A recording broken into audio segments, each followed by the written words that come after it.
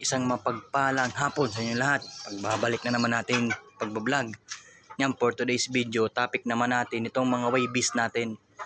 Yan, ito yung araw na para iwalay na sila sa kanilang mga magulang. Ilalagay natin dun sa pliers loop. Yan, ito yung sekreto kung paano magwalay ng YB para iwas bugbog sa loop. Kasi pag naglalagay ka ng YB sa loop, usually talaga lagi yan binubugbog ng mga magugulang na sa loop. Ngayon, time check 5:36 PM. Yan, dapat kanina pa tong alas 5 ko inakyat.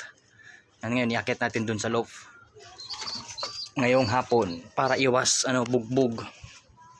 Dito natin sa training box para madali pagdala. Mahirap, walang cameraman mag-isa. Itong dalawa, panglaro ko to ng North Race. Yan, mahirap walang cameraman. Yan, ito na yung dalawang YBs. Dadali natin dun sa pliers loft. Ang tamang paglagay kasi ng YB hapon para kunting oras na lang, yun ang pinakasekreto Yun ang paglagay ng YB hapon kasi kunting oras na lang yung gugugulin ng mga matatanda na bugbugin sila. Yan, dito na sila. Palabasin natin dito sa training box. Bukas update ko kayo. Ayan sila. Unang lagay dito sa pliers loop ko. Yan. Abangan natin na bugbugin siya ng mga matatanda. Buenas na lang kundi bugbugin. Kasi ganitong hapon usually pagkatapos nilang kumain, naghahanap na yun ng mga teritoryo. Yun ang mga magugulang na. Yun, galing. Naghahanap na sila kagad ng bahay. Yun lang. Pumasok dun sa may mga YB. Baka bugbugin to. Alisin muna natin para hindi siya mabugbog. Na corner siya dito. May nakasalang kasi ako dito. Yung isang Paris day natin. Baba natin siya. Baka mabugbog Yan. Update ko kayo bukas pag anong nangyari dito sa dalawang YB. Yan. I-cut ko na muna dito. Bukas update ko kayo. Time check tayo ulit. Time check 5:39 PM.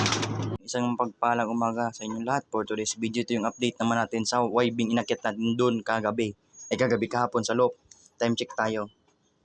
Time check 7:45 AM. Akyat tayo, tignan natin yung YB kung binugbog. Yan.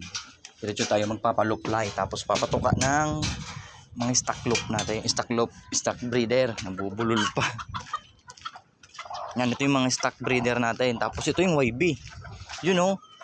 Kitang kita, walang damage. Parang walang nangyari lang. Nilagay natin kahapon. Yan liliksi nila parang walang nangyari lang. Yan, papaluply tayo. Tara, samahan nyo ako. Paluply na natin sila. Yan, mga panlaro natin ng North. South sana yan, kaso di natuloy yung South. Gawa ng pahirapan makakuha ng permit. Yan, ito yung mga YB. Goods na goods. Yan, tayo pa lang Sana dito mag-overfly. Na nilagay na natin dito sa loop. Mga ilang days, lalabas ko na to Mabilisan lang to. Yan, dito ko na tinatapos yung video. Shout out sa mga Facebook follower ko at YouTube subscriber. Bye and God bless.